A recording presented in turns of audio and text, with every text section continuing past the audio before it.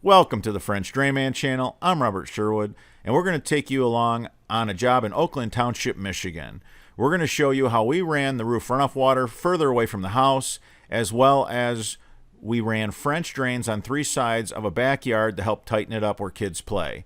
Right there was a pop-up. We want to run that all the way down here to where our French drain begins or ends, however you want to look at it. And there's a trampoline that goes here, so I wanted to branch off the main and dry this up and tighten it up so that the kids aren't playing on, ground that's muddy, soft, squishy. There's our basin. So remember, that just takes in stormwater. We're going to also take this pop-up and we're going to extend it down to our French drain system.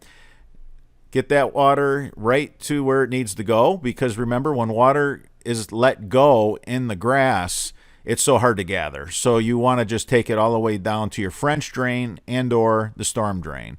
This is all French drain right here, and it's typical right along the side property to do kind of like a T.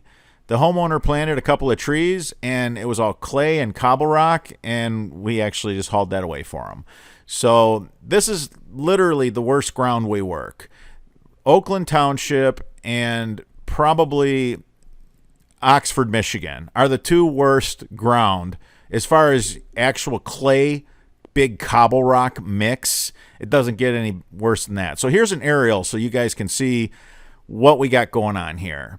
You can see we built a plywood road off the driveway, and we have a French drain across the back with all those feeder pipes where the trampoline goes. And you can see that the French drain winds in a low swale. The swale itself has that meander. That's why we have like a serpentine-looking French drain back there.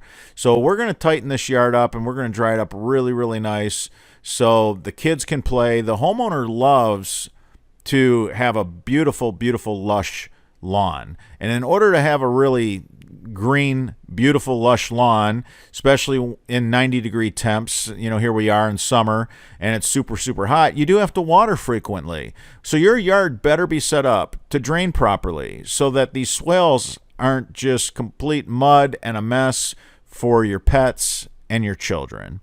So I'm going to show you guys how to go about that so that you can just run your sprinklers during July, August, these drought months, the hottest times of the year. We're going to show you how to tighten that yard up, how to move the excess water from your watering, as well as storm water. This is going to serve the homeowner well through spring and fall during the wettest times of the year. Right there, that's a downspout pipe, not a French drain pipe. That's a downspout pipe that they're pulling, and they're getting it into the trench of the French drain. So that's our new high-octane, heavy-duty, so we call it our high-octane HD solid. We're going to run that. Just put a pop-up over all the stone that we're going to put in there. We're not going to tie it into our French drain. We never tie it into our French drain pipe directly because it'll fill it full of shingle, gravel, leaves, and debris, and it'll just build up with organic material and be a problem. So let's get you on the ground now that you are familiar with the job site and how it looks. I want to teach the DIY for their own projects, as well as the contractor who's going to do many. Matter of fact, he's basically trying to perfect his craft. And whether you're a contractor or a DIYer, this rule stands true. You want to be very organized from A to Z. The whole project goes better and it's more economical, which is very important if you're a business owner and you're offering this service. I know there's a lot of guys that subscribe to our channel, and they're picking up on little tricks of the trade, which is exactly why I'm doing what I'm doing. I want to leave the industry better than I found it. And that's my goal, is to help you guys get better at doing this. So we build our road in. You guys have seen this before. I don't think we show it enough. You just got to be methodical about it. Trust me, the time you take right here is going to save you 3 times the amount of time at the back end of the job, because it's going to make it come together so quick. And I'm going to explain that in this video along with so many other things. This video is going to have just a lot of value to the homeowner to the DIYer, and to the contractor. So they are talking about, hey, we got to cut the sod off the system. We got to lay the plywood to where it makes sense. You only want to move the plywood once because, you know, it is labor. You are working to, you know, move these pieces of plywood, and you want to put them exactly where the ditch witch will go. Now, think about this when you're cutting your sod. Notice they cut the sod, and now it's just in manageable sizes, and they're putting it off to the side. But it's off to the side and out of the way of the ditch witch and the track hoe. So be organized, be methodical, be detailed. The project will go well. It'll go with less labor. It'll go with less cost if you're a contractor. And if you're a homeowner, a DIYer, I promise you, your job will be easier. It'll be smooth from A to Z. You'll enjoy it. And it'll be one less trip to the chiropractor. Because if you do it this way, it's real easy. It's real easy to not follow these steps and kind of end up painting yourself into a corner and creating like twice as much work for yourself is what I'm trying to say. So the guys cut the sod, and notice how they're not rolling it up because it's 90 degrees and it'll just cook. If you roll sod up, it literally cooks like compost does. I mean, it just steams. It steams it and it kills it in just a matter of hours. Not to mention, it's just easier to handle when it's in manageable pieces. So, as you can tell, everybody knows their job on this crew. They know it well. You know, have one guy cutting the sod, one guy's going ahead and he's chopping the sod in manageable pieces. We got a third guy who's picking it up, putting it aside. And they're not going to have to move that sod 2 or 3 or 4 times. That's what's beautiful about it. It'll stay right there off to the side until it's time to put it on top of the burrito wrap. So think about that. You're not handling the plywood but once. You're not handling the sod but once. I mean, that's key. If I learned anything in 35 years of excavation, urban and suburban and rural, you only want to handle dirt. You only want to handle turf grass. Whatever it is, you only want to handle it one time. The more times you handle anything, the more money you lose and the more time it's going to take for you to get out of that job. So keep that in mind. That's why we put the clay with the cobblestone. This is terrible ground here in Oakland Township, Michigan. Oakland Township, Michigan is a high rent district. It's beautiful. So, I mean, don't confuse the fact that they have some of the worst ground we work, clay cobblestone mix. I mean, it's just absolutely beautiful there. You know, deer are running through the backyard and everything. It's kind of it's a neat place, and we absolutely love it. It really is an honor to work for the residents of Oakland Township, Michigan. That's for sure. So we're cutting the sod right now so that we could extend the length of that pop-up for the roof runoff water and get it all the way down to our French drain system. And we're going to dig that out with our track hoe. We will. We're not going to use a trencher. We want to make sure that we have it deep enough to where it's not too shallow. And honestly, when you're digging in ground like this, the track hoe is your best bet. So I know a lot of guys use trenchers, and then, you know, you leave the homeowner's yard a mess.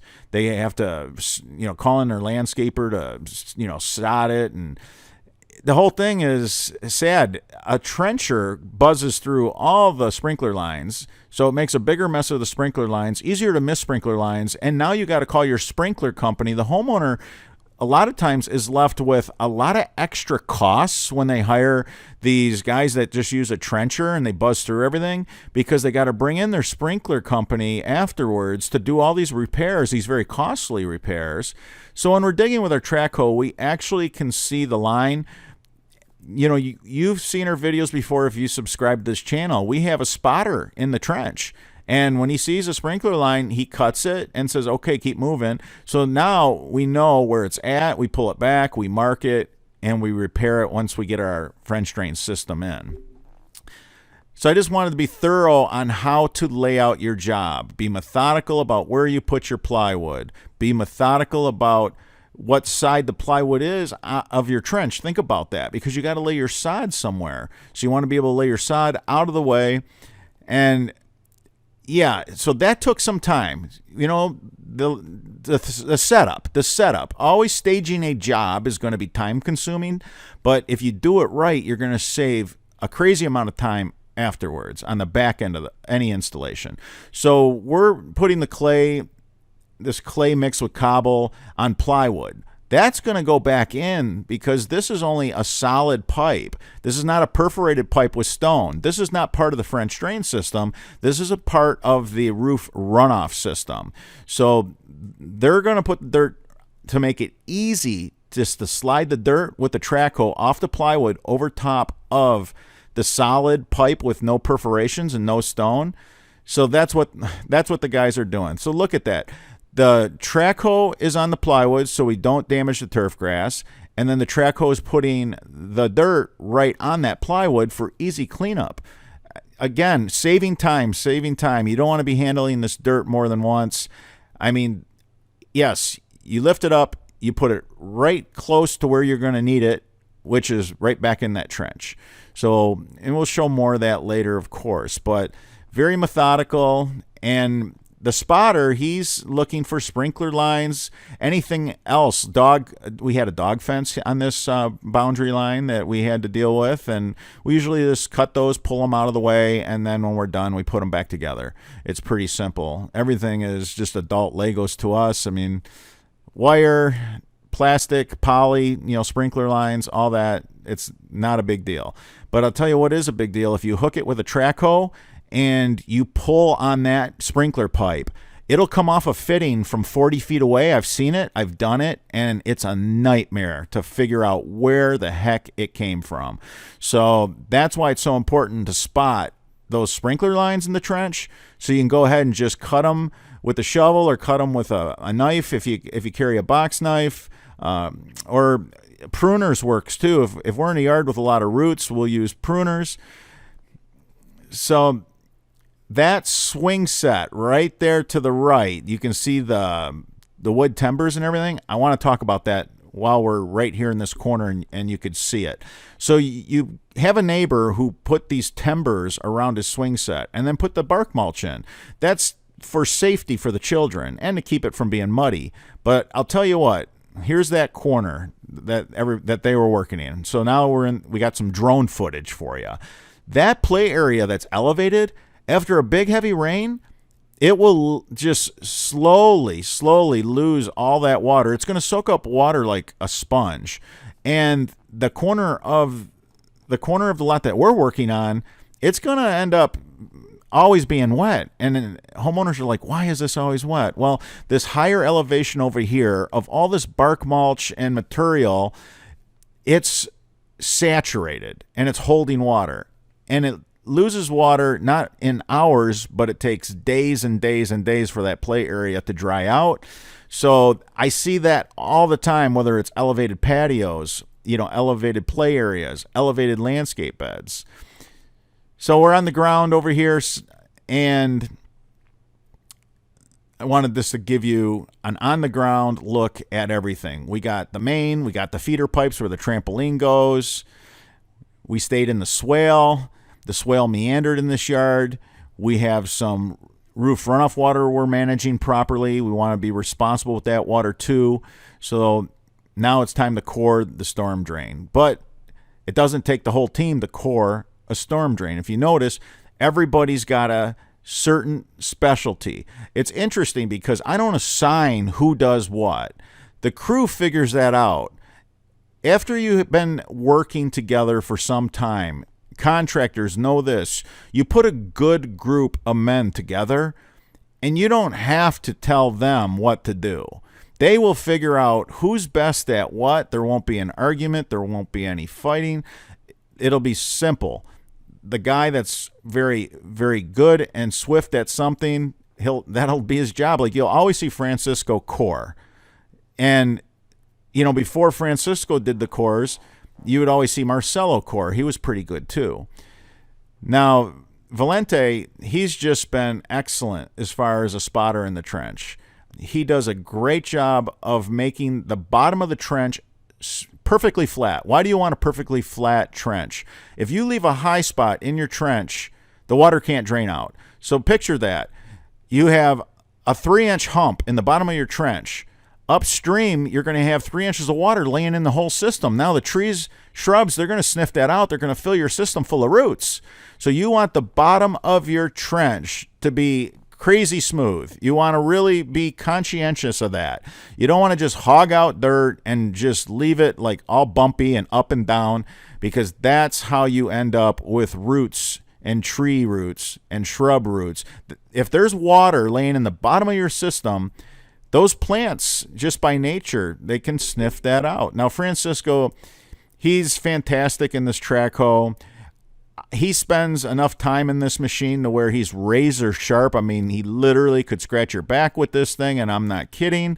He's fantastic. I cannot praise him enough for his abilities in this machine.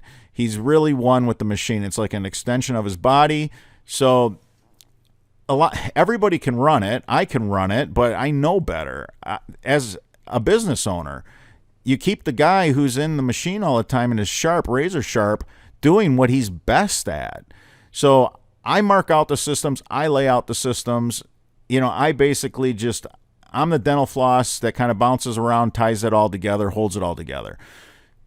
But we have guys that are just trained to do specific things, and they're well-rounded too. Like I said, everybody in this crew obviously could run this track hoe, but it's what Francisco does best. So happy to have him. He's been with me for a really, really long time, and to many more years with Francisco, that's for sure. So this is his project. This is his job. Francisco's the lead man this year on everything. I mean, he took the bull by the horns. I'm telling you, this guy, he's changed how much we can do in a day. I'm blown away by just how many linear feet of French drain we're getting in per day, because this guy, he leads by example. He'll jump off that machine and do something before he'll ask somebody to do it, and I love that about him. And he's just an overall great person to begin with. Notice how Valente cleans off the plywood. When there's dirt that spills, they don't walk over it and stomp on it and get it to where it's compacted on the plywood and a pain to deal with later. If a bunch of dirt falls on the plywood, and it does all the time, when you break clay, breaking clay, let's talk about that real quick. So we got a 9-inch bucket, but how is it that we're digging a 18-inch wide trench 16 inches deep? Okay, that 9-inch bucket, it bites into the clay, and then the clay breaks out, and you always end up with this giant scoop that's hanging over both sides of the bucket, and that's why people get in trouble. They say, hey, I want to do a trench that's 14 inches wide. They'll put a 14-inch bucket on. Well, a 14-inch bucket, when clay breaks out like this, you're going to end up with like a 22-inch wide trench. So be careful, DIYers, when you rent equipment, just ask for the 9-inch bucket, unless you just want a really good drain, because my rule. The more stone and pipe, the better the French drain. And why is that? Well, if you use large stone, you have large voids. You got a lot of air moving through your system.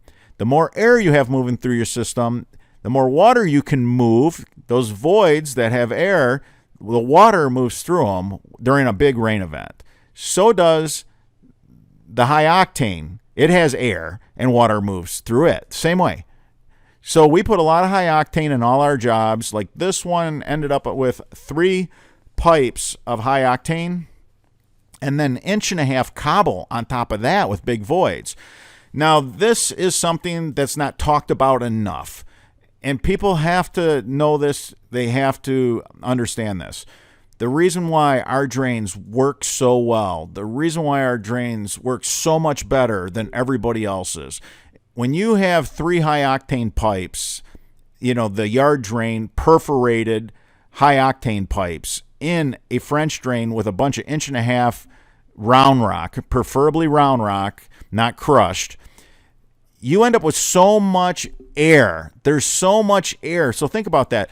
this system is only working, what, maybe 1% of the time as far as during a hard rain event.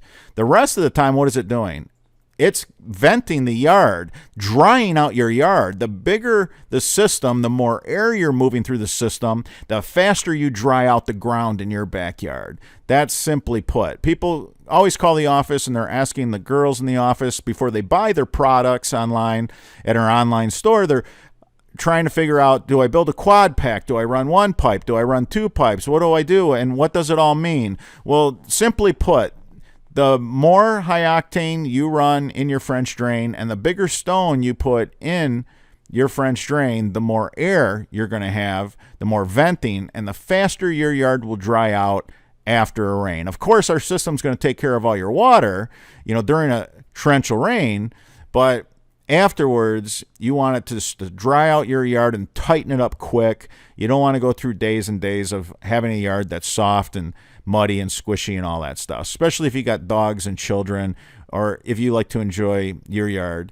And again, you can see how clean the plywood is. Valente was just scraping all that dirt off as it was falling off of the track hoe bucket, and he did a great job. It's going to make cleanup really easy. Matter of fact, here's another drone shot. You can see where we got the dirt on the plywood for the downspout. You can see where the fabric starts because that's where the French drain starts. Because you're not going to see fabric with the roof runoff. Those are solid pipes. So we got high octane, heavy duty. We call it the high octane HD solid for the roof runoff system. And then we got the high octane perforated pipe 8 slot. Our high octane 8 slot has 17.25 square inches of inlet per linear foot. It's the most in the industry. Nothing even comes close. There's not even a close second. So here we are getting ready to dig another portion of the system. So they're doing this very methodically. They're working their way out of the yard with the dig, and we have one downspout left to dig and bring it up to the French drain system. Valente's, he's in the trench. That line, that serpentine line in the valley of this backyard, the swale, it's dug out. It's all the dirt is hauled off site. None of it goes back in, not a single, shovelful. We will take a blower. We'll use a leaf blower to blow off the plywood, before we put the fabric in. And then that way the plywood's nice and clean and easy to stack. And when you disassemble your road and back out of your job and move to another job, it just makes it just more economical, and it's just so much easier. And you don't have plywood that weighs double because you got all this dirt that you drove over and you got clay smashed on it. And I speak from experience. You just don't wake up one day and you're building the best yard drains in the world. You're literally setting all the standards, and you're driving all the handymen crazy because you're showing people how to build a really, really good French drain that lasts forever. I mean, there's guys that are going to say, hey, here's a drain for $15. This is a quick fix. Here's a hack. I mean, well, the keywords there, hack, life hack, drain hack, $15 fix, and they don't last. I mean, water problems are not something that you want to just put a temporary fix on. Water problems are something that you want to take care of. You want to manage your roof runoff water. You want to manage your yard water. You want to do it responsibly, so that you never have to live a flooded basement or a mold or mildew problem. That's going to probably be an issue to a member of the family's respiratory system, because over half the people in the United States are allergic to mold and mildew. And remember, when you open up your windows on that beautiful, summer day, that fresh air, if you don't take care of your water problems, it's not so fresh. You have mold and mildew spores that come into your home, and then when your eyes are puffy and watery and your nose is runny, what does everybody say? Oh, these spring pollen, these spring allergies. That's what they call them. The pollen. They blame the pollen, or dust, or many other things. And what we're finding out is it's mold and mildew. Over half the people in the United States are allergic to mold and mildew, and it's It's not healthy for us. We now know that. That's why there's companies that come in, and if we were there and we saw that there was mold and mildew on a structure, we would notify the client, say, bring in a company that mediates mold and mildew and clean this up and get it out of here, so that it's not a health concern to your family. So be vigilant. And obviously, if you're managing your roof runoff water and you're managing your backyard water, you're not going to have those problems because your basement is not going to be as musty. My clients tell me all the time, I always thought Michigan basements were just musty until we had a system put in by you guys.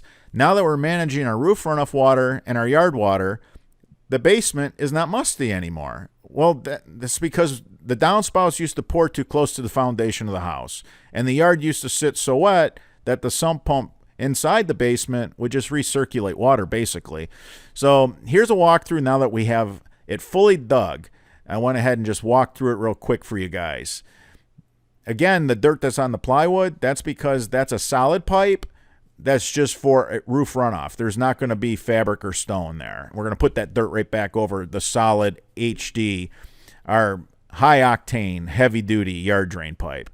So we're going to finish putting the fabric in. You can see how we got the main across the backyard. These L-shaped French drains, they're very common. You go across the back, and then you got to usually go 20 feet as you go up. The grade increases as you go towards the house. It's pretty wet back there the first 15, 20 feet, so most of my systems usually have like an L shape. And then the reason why I did 3 additional feeders into this main was because there's going to be a trampoline there. That's where they put the trampoline. And it's always so wet because the neighbor's swing set, remember, right there where you see those wood timbers and the wood bark in your lower left-hand corner, that is an elevated play area that the neighbor put in. So not only is it in the swale, so it's compromising drainage, period, but it's going to catch all that water, absorb it like a sponge, and then slowly it's going to always have water running out of it. Look at all the high octane we have in there. We got all that perforated, high octane, 8-slot. This system's going to rip, man. This system's going to rip. Not only is it going to move water, storm water in the cases of a big rain event, but it's going to have such great circulation. It's going to dry this yard out after watering it.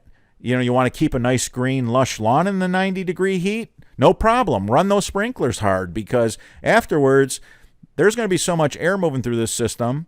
It's just going to tighten that yard up. It's going to keep it from getting soft and muddy. So they're working their way out of this job, as you can see. I mean, very methodically. You can see the dirt is no longer on that plywood either. They went ahead and pushed the dirt in with the track hoe, and the little bit of excess that's there, they'll scoop it up right now. The pipe does take up some volume in that trench, so there'll be a little dirt. That's not much. A few wheelbarrows that they'll haul away. And they're getting really, really close to buttoning this up. Before you know it, they're going to have all the fabric pinned, cut, and all you got to do is lay the sod right back over it. Now, we do have a special sod cutter, and if you are a regular subscriber that sees a lot of our videos, you know that it does cut really, really thick. And the reason why we do that is we want to get a few inches of soil with that turf grass so that it can grow just fine over top of the fabric. Now remember, the roots are going to grow through this fabric because we have it punched twice. It's a double punch fabric, and it doesn't work its best until the roots grow through it because then the water follows the roots of the grass plant right into the stone. Okay, so everybody always wants to know, what did that job run you? What did that job cost the client? What did you charge? This is a $6,500 install. It's a job that we got done in a day. We would have done this and a smaller job had it not been, in the 90s. I don't want to work my crew in heat like that and push them hard because it's early in the season still. We're only halfway through, a lot of season left. But I want to take you guys on a walkthrough, and I want to show you guys like this job, after we took the blower and fluffed up the grass. We really do. I mean, we try to leave like zero. There he is. He was fluffing up the grass with that blower. Okay, so remember, we had the driveway.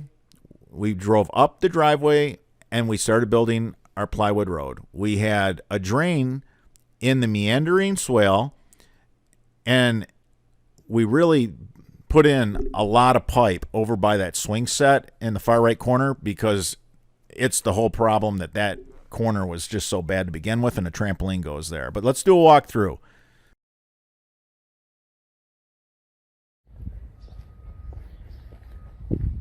All right, we're going to do a walkthrough. The crew is on their way back to the yard. Everything's put back together the way we found it. So we extended that downspout because the water, it just has trouble finding its way. There is a little bit of slope and there's a defined swale, but everything was just so wet in here. So we went ahead and we took a pop-up emitter that was here and we extended it out 25 feet. You know, help give that water a chance. Like here again, you know, it's very wet in here. You can see there was a pop-up right there where that little piece of grass is missing. That's when I say we put things back together the way we found it, that's how we do it. No kidding. So we ran this pop-up all the way to the back of the yard. Once you catch the water, once the water is caught coming down the downspout, you don't want to let it go, because then you're trying to gather it in here. Just get it back here. Now we have a heck of a system back here. We have those 4 runs. We got the main right here and those feeders coming in.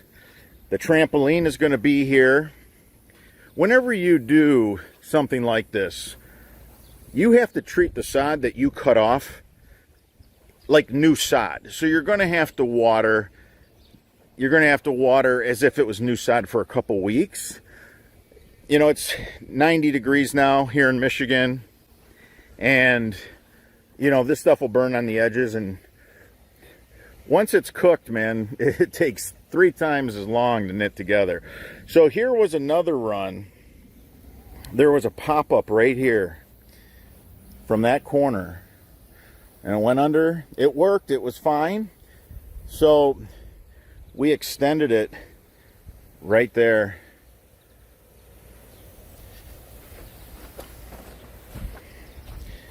And we have our French drain under it. It's not tied into our French drain. You guys, if you subscribe, if you're a regular subscriber and watch all our stuff, you know we never tie a downspout into a French drain pipe, because it'll fill full of shingle, gravel, leaves, and debris, organic material, eventually one day to plug the pipe. So we just set them on top. So we did a French drain across the backyard with some feeders. We stayed right in the low point. That's the collection area. That's how you're going to dry a yard out. Water always finds the lowest point. Now, on the property line here, we did a T, and then, yeah, there's a pop-up right up here, and the water just flows right into our French drain. So this is the after. This is not the before. This is the after. Full service. We don't come in and tear up your sprinkler system, tear up your sod, leave your yard where you have to seed, call in your landscaper. We're full service. It takes a lot to pull off a job like this. We came in very swiftly, clean. We want to leave the neighborhood as we had found it. We want to come in. We want our footprint. When we leave, we don't want to leave a footprint. What you see, this is every install. This is the after on the same day. And if it wasn't, 90 degrees, we'd go do another job. But I don't like to burn the guys out. We still got a lot of season left. Here we are going into July, and we still got a lot of season left. So no reason to start pushing like that. I'll wait till the cooler weather to start pushing hard again. But that's it, man. I want to thank Oakland Township, Michigan for having us again. And we always look forward to working in Oakland Township, Michigan. All right, guys. Until the next video.